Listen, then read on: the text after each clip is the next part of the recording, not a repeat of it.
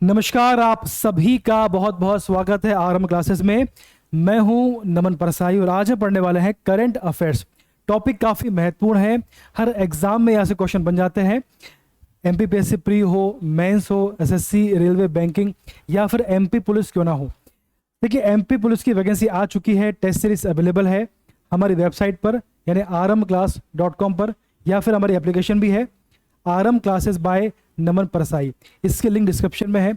आज ही test series purchase करिए और आपकी तैयारी शुरू करें। चलिए, सबसे पहला क्वेश्चन आपके सामने आ रहा है। क्वेश्चन इस प्रकार से है कि भी हरित हाइड्रोजन पर अंतरराष्ट्रीय सम्मेलन कहां पर आयोजित किया गया। बात क्लियर है। इसका आंसर है दिल्ली। दिल्ली में अंतरराष्ट्रीय सम्मेलन किया गया है, किस पर? हरित हाइड्रोजन पर। अब जो हरित हाइड्रोजन है, ये जो हरित हाइड्रोजन है,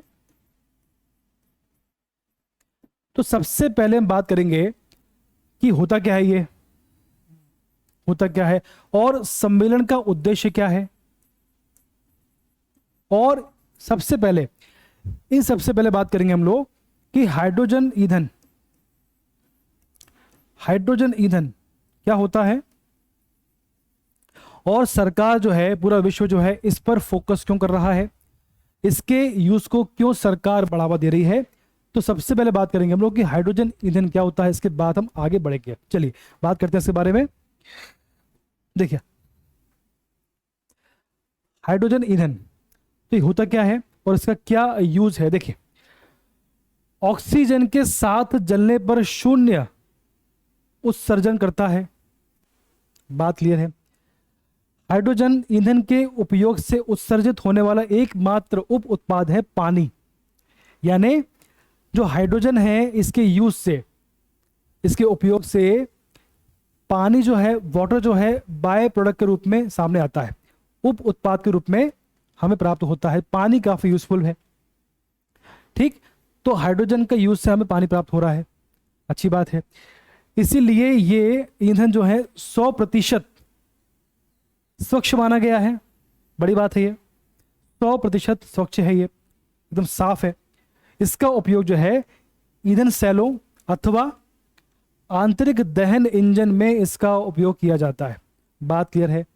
तो देखिए, ये पानी के साथ जब जलता है तब ये 0 उत्सर्जन करता है और इसका जो बाय प्रोडक्ट है, जो इसका उप पदार्थ है, इसका उत्पाद है, वो है पानी। और ये 100% साफ है, स्वच्छ है। इसलिए इसका जो उपयोग सरकार को, इसलिए जो है सरकार इसके उपयोग को बढ़ावा दे रही है और इसलिए इसको लेके पूरे विश्व में बात हो रही है, इसको कैसे इसको बढ़ाएं, कैसे इसके यूज को बढ़ाएं। चलिए आगे बढ़ते हैं। अब देखिए, हरित हाइड्रोजन क्या होता है, देखो जरा समझो उसको। ऐसा है कि जो नवीकरणीय ऊर्जा के सोर्स है, उनका उपयोग करके विद्युत अपघटन के माध्यम से जो हाइड्रोजन प्राप्त होता है, उसका उपयोग करते हैं ईंधन में। कैसे? देखो, हरित हाइड्रोजन एक प्रकार का हाइड्रोजन है, ये बात क्लियर है। सौर ऊर्जा या पवन ऊर्जा जैसे नवीकरणीय ऊर्जा के सोर्स है का उपयोग करके जल अपघटन, विद्युत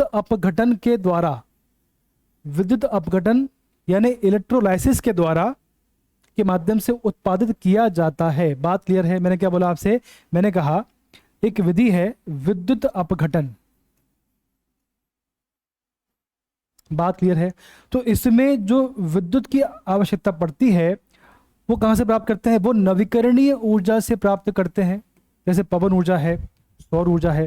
तो नवीकरणीय जो ऊर्जा है, यानी जो रीन्यूएबल आपकी इलेक्ट्रिसिटी है, तो नवीकरणीय ऊर्जा के सोर्स यानी पवन ऊर्जा और सौर ऊर्जा जैसे सोर्सों से इलेक्ट्रिसिटी प्राप्त करके, वहां से विद्युत प्राप्त करके, विद्युत अपघटन के द्वारा यानी इलेक्ट्रोलाइसिस के द्वारा यहां से हाइड्रोजन को प्राप्त करते हैं और इसका उपयोग जो है ईंधन के रूप में इसका उपयोग करते हैं, यानी फ्यूल के रूप में इसका उपयोग करते हैं।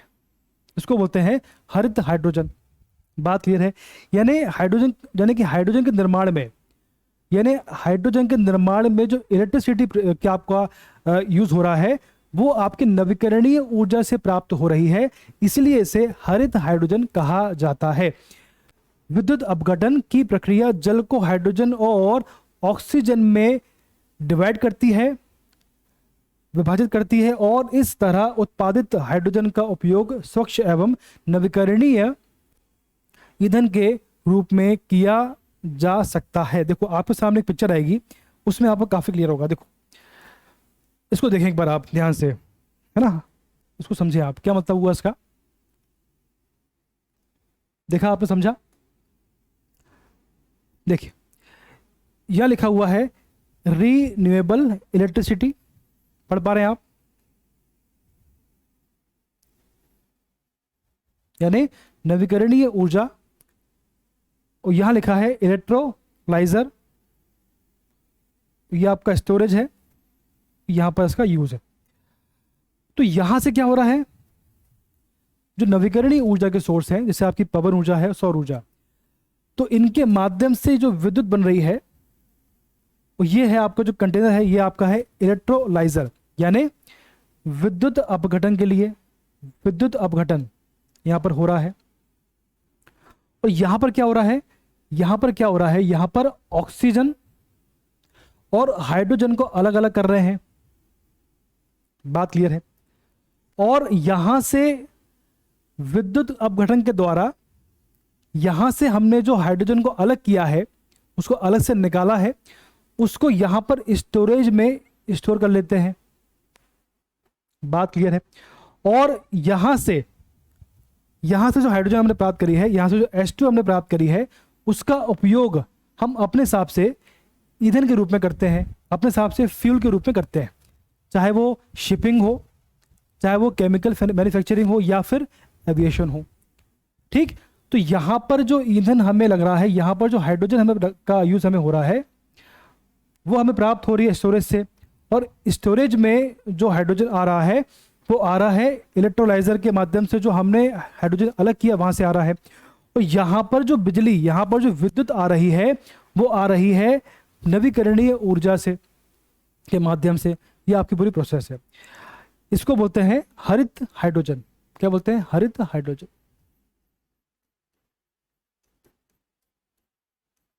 इसका जो माध्यम है वो भी नवीकरणीय है, और इसका जो यूज है वो भी नवीकरणीय है।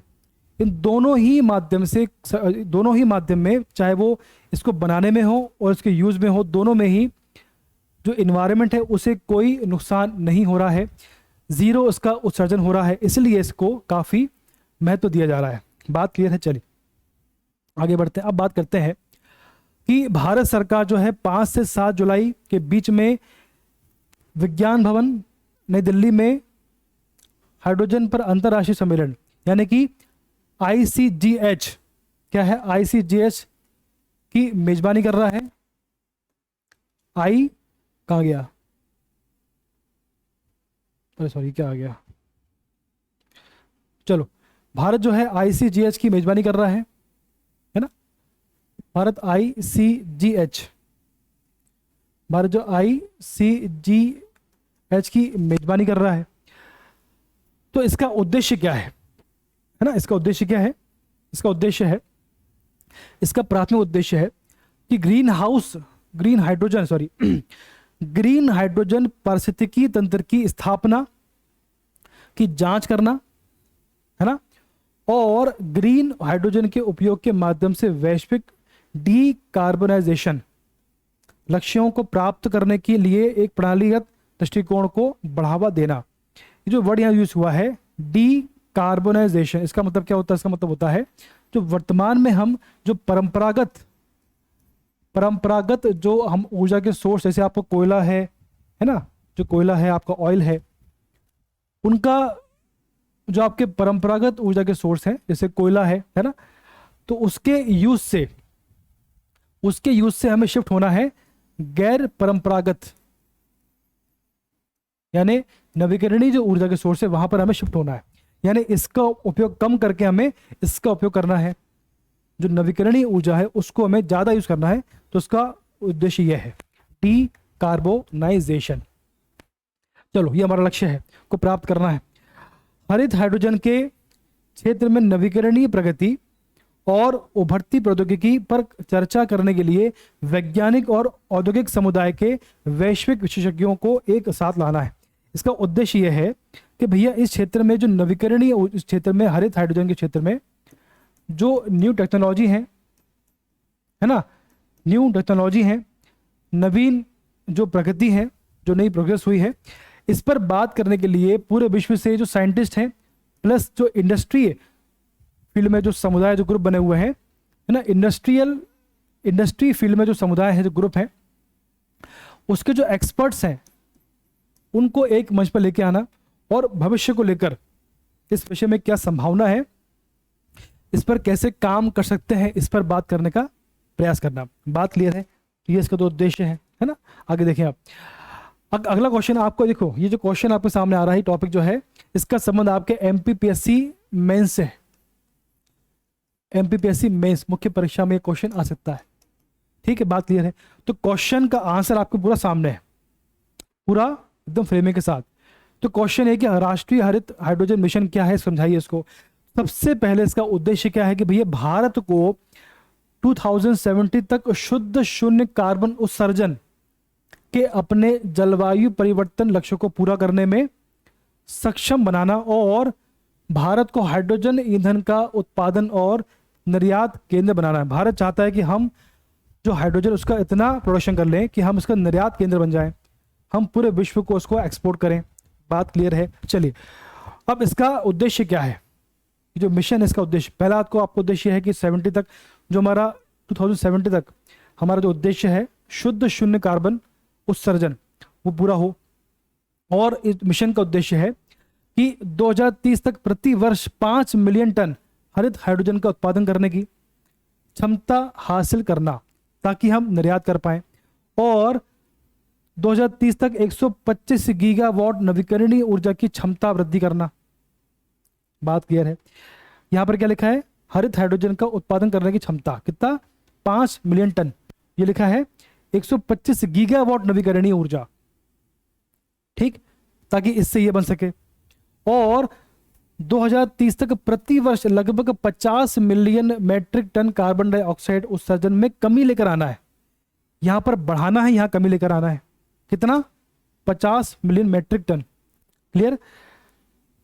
2030 तक जीवाश्म ईंधन के आयात में 1 लाख करोड़ रुपए की कमी लेकर आना है ताकि इसका यूज कम हो, इसकी डिमांड कम हो, इसका सप्लाई कम हो, और जो इसके स्थान पर हम रिप्लेस कर पाए हाइड्रोजन को। बात क्लियर है? जो नवीकरणीय ऊर्जा है उसको हम इसको रिप्लेस कर पाए। चलिए, इस क्षेत्र में 8 लाख करोड़ रुपए से अधिकतम का निवेश आकर्षित करना हमारा उद्देश्य है। पूरे विश्व से इस फील्ड में हम निवेश लेकर आए और 2030 तक इस क्षेत्र में 6 लाख से अधिक नौकरियां पैदा करना हमारा उद्देश्य है। तो ये आपके सामने है राष्ट्रीय हरित मिशन के उद्देश्य, राष्ट्रीय हरित हाइड्रोजन मिशन के उद्देश्य आपके सामने है। यह आपका क्वेश्चन का आंसर है कि भैया राष्ट्रीय हरित हाइड्रोजन मिशन क्या है और इसका क्या उद्देश्य है, आपका आंसर आपके सामने है। चलिए आगे बढ़ते हैं। अब जो अगला क्वेश्चन आपके सामने आ रहा है वो है कि हाल ही में हेमिस उत्सव कहाँ मनाया गया। इसका आंसर लद्दाख है। लद्दाख में ये आयोजन किया गया। अब देखें, लद्दाख में हेमिस महोत्सव होता है, एक प्रसिद्ध धार्मिक उत्सव है जो लेह के सुरम्य क्षेत्र में कई पर्यटकों को आकर्षित करता है। बात क्लियर है? भगवान पद्म संभव क्वेश्चन बनेगा कि किसके लिए होता है, तो भगवान पद्म संभव की जयंती को समर्पित होता है। यानी ये जो कार्यक्रम होता है ये भगवान पद्म संभव की जयंती पर होता है और त्योहार जो है तिब्बती तांत्रिक बौद्ध धर्म का एक मंत्रमुग्ध करने वाला अनुभव प्रदान करता है। ठीक, इस मुखौटे नृत्य को छम नृत्य कहते हैं। भाई ऐसा नृत्य जिसमें मुखौटे पहनते हो, वो भी हेमिस उत्सव में, मतलब इस त्योहार में जो मुखौटे पहनकर नृत्य होता है उसको बोलते हैं हेमिस, उसको बोलते हैं छम नृत्य। बात क्लियर है? चलिए, कभी आपसे क्वेश्चन आ गया कि छम नृत्य क्या है, इसका संबंध जो है, इसका संबंध हेमिस उत्सव से है, हेमिस महोत्सव से संबंध है इसका। इसमें मुखौटे पहनकर जो नृत्य होता है उसको जो है छम नृत्य कहा जाता है। बात क्लियर है? चलिए आगे बढ़ते हैं। अब जो अगला क्वेश्चन आपके सामने आ रहा है वो है कि अभी ये किस राज्य में भारत की पहली हाइड्रोजन संचालित ट्रेन चलाई जाएगी? पंजाब, हरियाणा, केरल, इनमें से कोई नहीं। इसका आंसर हरियाणा है। तो अभी हरियाणा में भारत में पहली हाइड्रोजन ईंधन से चलने वाली ट्रेन जो है कहाँ चलेगी? है जींद और सोनीपत के बीच में चलने वाली है, यानी कि हरियाणा। ठीक है, भारत में पहली हाइड्रोजन ईंधन से चलने वाली ट्रेन जो है वो जींद और सोनीपत के बीच चलने वाली है ना। तो इस प्रकार से देखो, इस प्रकार से होती है वो, है ना। ये देखो इस प्रकार से होती है, ब्लू कलर में होती है और पूरा इसका ये शेप होता है। देख पा रहे हैं, इसका संबंध है हरियाणा से। चलिए एक क्वेश्चन आपको बनेगा। अब जो अगला क्वेश्चन है कि किस टीम ने वनडे क्रिकेट के इतिहास में सुपर ओवर में सबसे अधिक टोटल बनाया है? इसका आंसर है, ऑप्शन आपके सामने, वेस्ट इंडीज, नीदरलैंड, जिम्बाब्वे, इनमें से कोई नहीं। इसका आंसर है बी, इसका आंसर है नीदरलैंड। ठीक है, देखिए इसका आंसर है नीदरलैंड। सबसे ज्यादा रन बनाए हैं सुपर ओवर में। बात क्लियर है? तो भैया ये आपके सामने कुछ क्वेश्चन थे। ये क्वेश्चन ऐसे हैं कि इनकी एग्जाम में आने की पूरी संभावना है, इसीलिए इनको ध्यान से पढ़ना चाहिए और आपके नोट्स में शामिल करते रहिए। अगला वीडियो बहुत जल्दी आने वाला है, तब तक आप सभी स्वस्थ रहें, खुश रहें। धन्यवाद।